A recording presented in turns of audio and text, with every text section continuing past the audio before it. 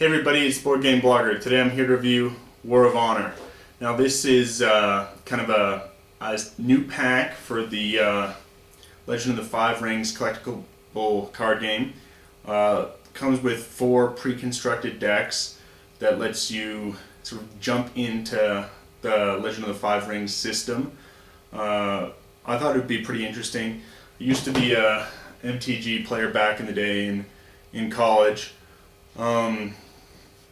And I wanted to, get back into the collectible card game experience without going out and purchasing a ton of booster packs or whatnot, but just have some pre-constructed decks and get into it. However, I wasn't really able to personally get into this game. The rule book, it's color rule book, but it's a really obtuse rule book. It's 46 pages long, and it's just not helpful, I found. There's no good index. Table of contents is really brief, it's too broad, and it's tough to find what you're looking for when you're going through the rule book. I mean, the rule book, it's got these beautiful color illustrations, and the illustrations and artwork throughout this game are really, really great. Just really fantastic artwork on all the cards, and the game and cards look great, but it was very difficult to comprehend the rules in this book. This should not be a 46-page rule book.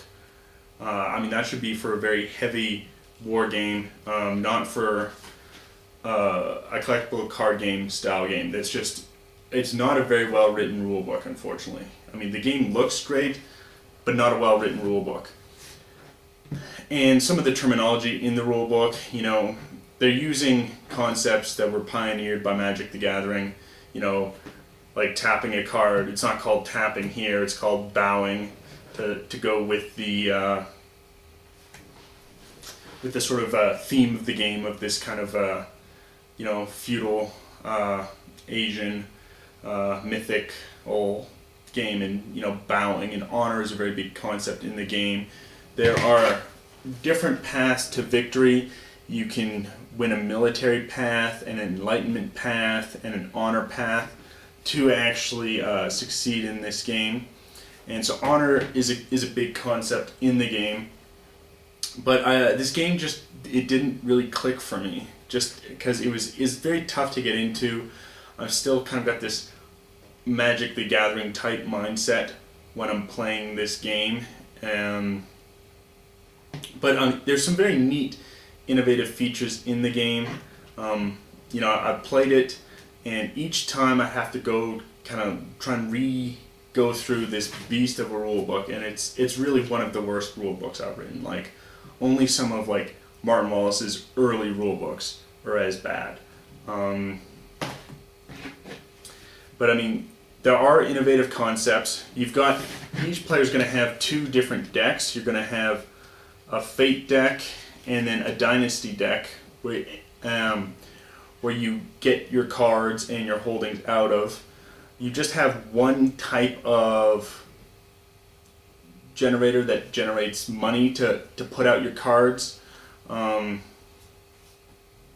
so that's a little different than Magic, where you've got the different types of lands producing different types of mana. And I just think Magic's a better game than this game. If you're looking for the collectible card feel. Again, though, the reason I wanted to try War of Honor specifically, was having the pre-constructed decks. I didn't find that they were very balanced. And certain clans versus certain clans, the one clan would win every time. Maybe I'm not playing it correctly because of the rule book. And that's a distinct possibility. But I didn't find that of the 4 pre-constructed decks, it was overly balanced. Maybe in a multiplayer game it's better, because then you're convincing, oh, we need to gang up with this guy. But in the 2-player game, just one-on-one, certain clans would always beat certain clans. And they have different strengths. They're all, some are better in the military aspect, some are better in the honor aspect. However, if you're being attacked, you initially start with 4 provinces. and that's where you basically your new cards from your dynasty are always coming out of. You're getting attacked, and those provinces get limited in what you can produce next, and that just really limits your ability. And if you got to jump quickly in the game with certain clans, they've got accelerated military or better military, and it's very tough to defend against, and your other avenues of victory don't seem to click as quickly. And it's a good game for, I think, the system as a whole.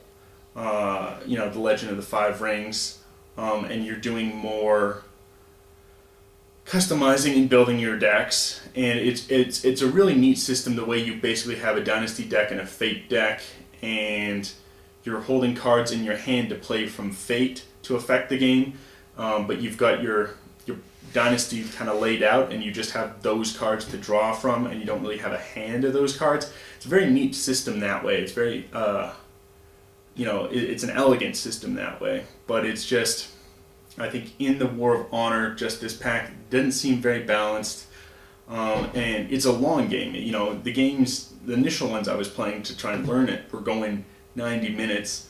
Box says 60 to 90, and so it's a very long game for a collectible card game. Normally you want to play those in like half an hour. If you got an hour and a half to play, usually you're preferring to sit down, play a little heavier of a board game. I can give a brief rundown of how the game works, how card play occurs,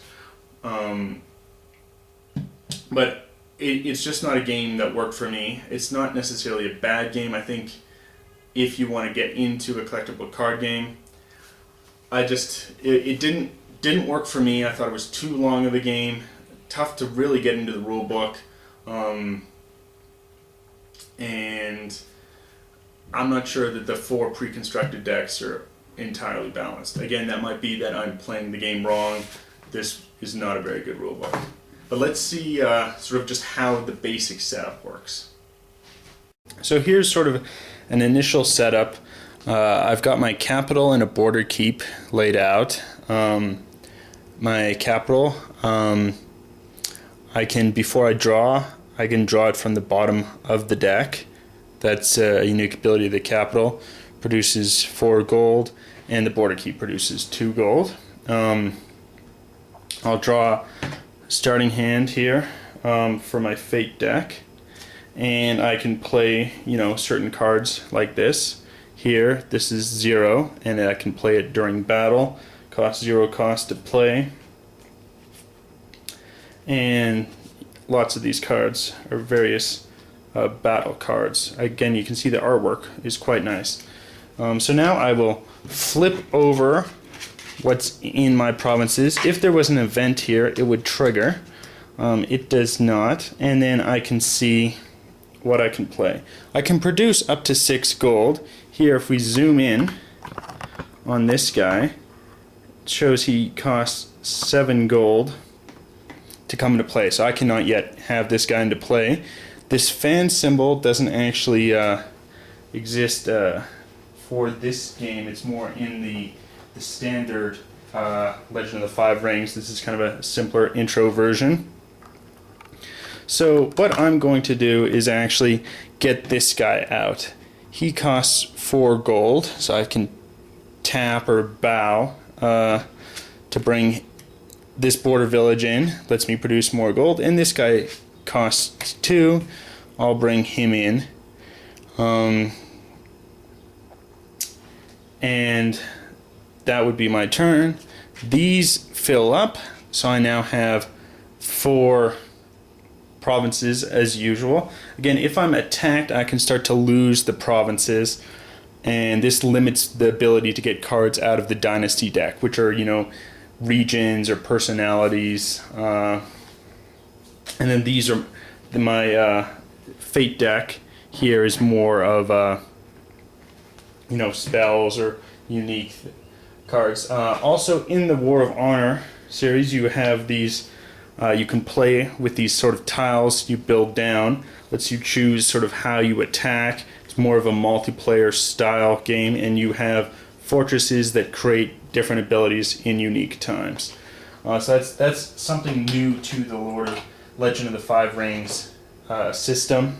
But that's sort of basic how the system works. I really like how there are these kind of dual decks, and you've got your provinces. It's a neat system. I find that the game takes too long to play for what it is. It's very just counterintuitive compared to Magic. The rule book is just tough, and personally,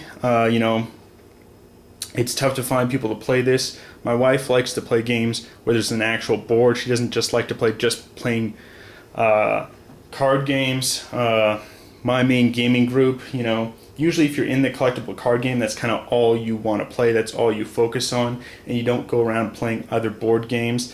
I find that's sort of similar here. It's tough to get people into it unless that's all they want to focus on.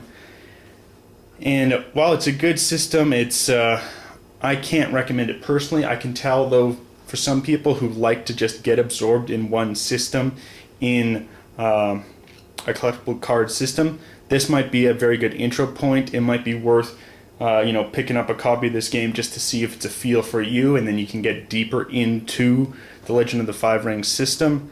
It wasn't for me. It's not to say it's a bad game. The only really bad thing about it is the rule book, just poorly written. It's a neat system. You can tell there's neat mechanics here, and I think some of the decks are more balanced than others. And if you get into the deck building aspect of it more, you'd enjoy that. I wanted to pick up something that was just pre-constructed decks and go, and it just doesn't work overly well as that with my group of gamers. Anyway, till next time on the Board Game Blogger.